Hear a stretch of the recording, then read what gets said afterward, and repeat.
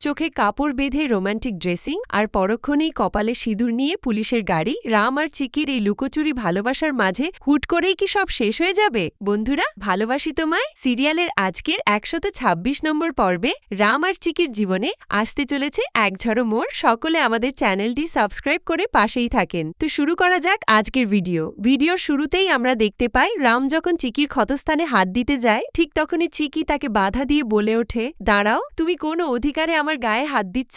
তোমার না আমার প্রতি কোনো ইন্টারেস্ট নেই? তুমি না আমাকে দেখতেই পারো না? এভাবেই সে রামকে ক্রমাগত অপমান করতে থাকে। কিন্তু ঠিক সেই মুহূর্তেই ঘটে এক মজার কাণ্ড। আচমকা চিকির পা রামের পায়ে লেগে যায়, আর রামও ছাড়ার পাত্র নয়। সে মুহূর্তের মধ্যে ব্যথায় মরে যাওয়ার মতো এক দারুণ অভিনয় শুরু করে দেয়। রামের অবস্থা দেখে চিকি একদম ঘাবড়ে যায়। সে নিজের কানে হাত দিয়ে বলতে থাকে, I am sorry, English medium. তুমি ঠিক আছো তো? দেখো, আমি কিন্তু এসব ইচ্ছে করে করিনি। চিকির এই অবস্থা দেখে রাম মুচকি হেসে বলে, আমি জানি চিকি, তুমি যেমন মাঝে মাঝে অভিনয় করো, ঠিক তেমনি আমিও একটু অভিনয় করলাম। আর ঠিক তখনই স্ক্রিনে ফুটে ওঠে এক অদ্ভুত ভালোবাসার আবহ, যেখানে দুজনের চোখাচোখি আর নীরবতা যেন অনেক বড় একটা গল্প বলে দেয়। এক চমৎকার ভালোবাসার মুহূর্ত তৈরি হয় সেখানে। এরপর রাম বলে, তুমি আমাকে হেল্প করেছো, তাই আমিও তোমাকে একটু হেল্প করতে চাচ্ছিলাম, ব্যাস এটুকুই। কিন্তু অভিমানী চিকি পেছন ফিরে জবাব দেয়, তোমার হেল্প করতে হবে না, আমি আমারটা নিজেই করতে পারবো।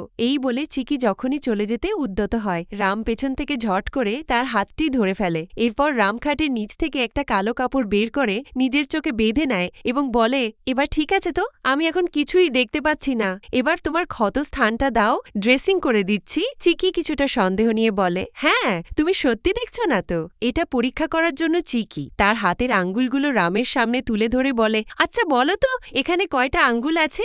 রাম আন্দাজে বলে, 15টা। চিকি অবাক হয়ে বলে, ওমা, আঙ্গুল তো তুললাম 10টা, তাহলে 15টা কিভাবে আসবে? রাম হেসে বলে, আমি তো আগেই বললাম, আমি সত্যি কিছুই দেখতে পাচ্ছি না। চিকি আশ্বস্ত হয়ে বলে, ওকে চল। এরপর রাম খুব যত্ন সহকারে চিকি ড্রেসিং করে দেয়। ড্রেসিং করার পুরোটা সময় চিকি চোখ বুজেছিল। কাজ শেষ করে রাম যখন চোখ খোলে, সে দেখে চিকি তখনও চোখ বন্ধ করেই আছে। রাম তখন পিস করে বলে, কি হলো? চোখ খোলো, তোমার ড্রেসিং শেষ হয়ে গিয়েছে। রামের এত কাছাকাছি থাকায় চিকি প্রচন্ড লজ্জায় পড়ে যায় এবং দ্রুত ঘর থেকে চলে যায়। ঠিক পরেই দৃশ্যপট পরিবর্তন হয়। আমরা দেখতে পাই রাম আর চিকি একটা গাড়িতে করে পুলিশ স্টেশনের দিকে যাচ্ছে। রাম তখন চিকির দিকে তাকিয়ে বলতে থাকে, তুমি যে এভাবে যাচ্ছ, তোমার বাবা দেখলে কি বলবে? চিকি অবাক হয়ে বলে, কেন, কি হয়েছে? রাম তখন আলতো করে বলে, তোমার কপালে তো সিঁদুর। কথাটা শুনে চিকি একেবারে হতবাক হয়ে যায়। সে নিজের কপালে হাত দিয়ে বলে, ওরে বাবা, এটা তো আমার মনেই ছিল না। রাম যখন নিজ হাতে সেই সিঁদুরটি মুছে দিতে যায়, চিকি ঝট করে রামের হাতটা চেপে ধরে সে আবেগ জড়ানো গলায় বলে, এই সিঁদুর তুমি মুছতে পারবে না। আমাদের সবকিছুই যেহেতু মিছে, তাহলে এই সিঁদুরটাও না হয় মিছেই থাক। তুমি যাও, আমি নিজেই মুছে নেব এখন।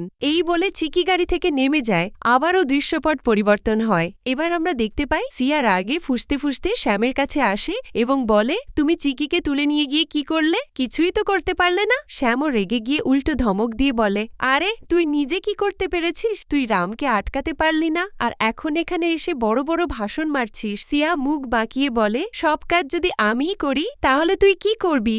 এখন ভালো হয়েছে, জেলের ভেতরে পাঁচে মরুক। জেলের ভেতর পাঁচে মরুক, এই কথাটি শুনতেই শ্যামের মাথা গরম হয়ে যায়। সে চরম ক্ষোভে সিয়ার গলা চেপে ধরে দেয়ালের সাথে ঠেস দিয়ে ধরে। রক্তচক্ষু নিয়ে শ্যাম বলে, কি বললি তুই? আমি জেলের ভেতর পচে মরব? একটা কথা মাথায় রাখিস, আমি হচ্ছে প্রেমিক পুরুষ। আমি আমার চিকির জন্য সবকিছু করতে পারি। আর শোনে, আমি চুরির অপরাধটা রামের ঘাড়ে বসাতে চেয়েছিলাম, কিন্তু চিকি মাঝখান দিয়ে নিজে ফেসে গেল। যদি তুই আমার চিকিকে নিয়ে কোনো নোংরা খেলা খেলিস, তবে জেনে রাখিস, সবার আগে তোকে আমি নিজ হাতে খুন করব, বুঝলি? এই বলে সেই সিয়াকে ধাক্কা দিয়ে ছেড়ে দেয়। সিয়া তখন হাঁপাতে হাঁপাতে অহংকারের সাথে বলে, হ্যাঁ, আমি রামকে আটকে রাখবো, আমি চিকিকে ধরিয়ে দেব, আমি জেল থেকে বের করে দেব, সব প্ল্যানিং আমি করব, আর সব দোষ নাকি আমার। কিন্তু তারা ভাবতেও পারেনি যে তাদের পেছনের দরজায় কেউ একজন দাঁড়িয়ে আছে। হ্যাঁ, তাদের সব কথা আড়াল থেকে শুনে ফেলেছে চিকি। চিকি তীব্র ক্ষোভ নিয়ে সামনে এগিয়ে এসে গর্জে ওঠে, তার মানে এসব কুৎসিত কাজ তুই করেছিস? চিকির আকস্মিক কণ্ঠ শুনে সিয়া আর শ্যামের পায়ের নিচের মাটি সরে যায়। তারা রীতিমতো স্তব্ধ হয়ে যায় যে চিকি এখানে কোথা থেকে এলো। চিকি যখনই রাগে সিয়ার দিকে তেড়ে যাচ্ছিল, ঠিক তখনই একজন পুলিশ কনস্টেবল দূর থেকে চিকিকে ডাকতে থাকে। উপায় না দেখে চিকি আপাতত সেখান থেকে চলে যায়। অদৃশ্যপট আবারও চেঞ্জ হয়। আমরা দেখতে পাই রতন মাধবীকে সতর্ক করে বলছে, মাধবী, তুমি যে চিকির সাথে এইরকম আচরণ করছো, যদি বাড়ির কেউ একবার এটা জানতে পারে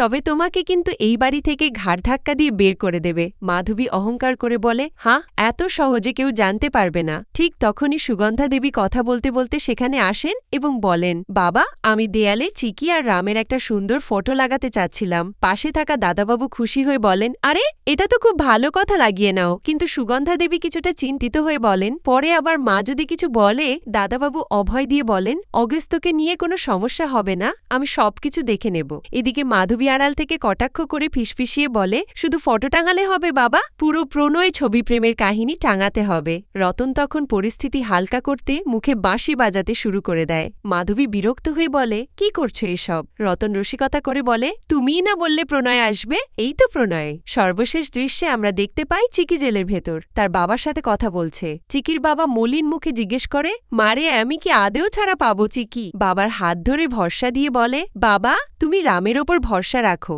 সে বলেছে তোমাকে খুব তাড়াতাড়ি এই জেল থেকে বের করে আনবে। তখন চিকির বাবা পরম স্নেহে বলে, যাক বাবা, তা তুই কেমন আছিস মা? চিকি হাসি মুখে বলে, হ্যাঁ বাবা, আমি খুব ভালো আছি। তখন চিকির বাবা তাকে জীবনের এক মস্ত বড় উপদেশ দিয়ে বলে, মারে, তুই জীবনে যাই করিস না কেন, কখনো অন্যায়কে প্রশ্রয় দিস না, আর সবসময় নিজের উপর ভরসা রাখবি। বাবা যখন এই কথাগুলো বলছিল, চিকির হঠাৎ করে সিয়ার সেই ষড়যন্ত্রের কথা মনে পড়ে যায়। সে তাড়াহুড়ো করে বলে, বাবা, আমার একটা জরুরি কথা মনে পড়ে গিয়েছে, আমি তোমার সাথে পরে এসে দেখা করব।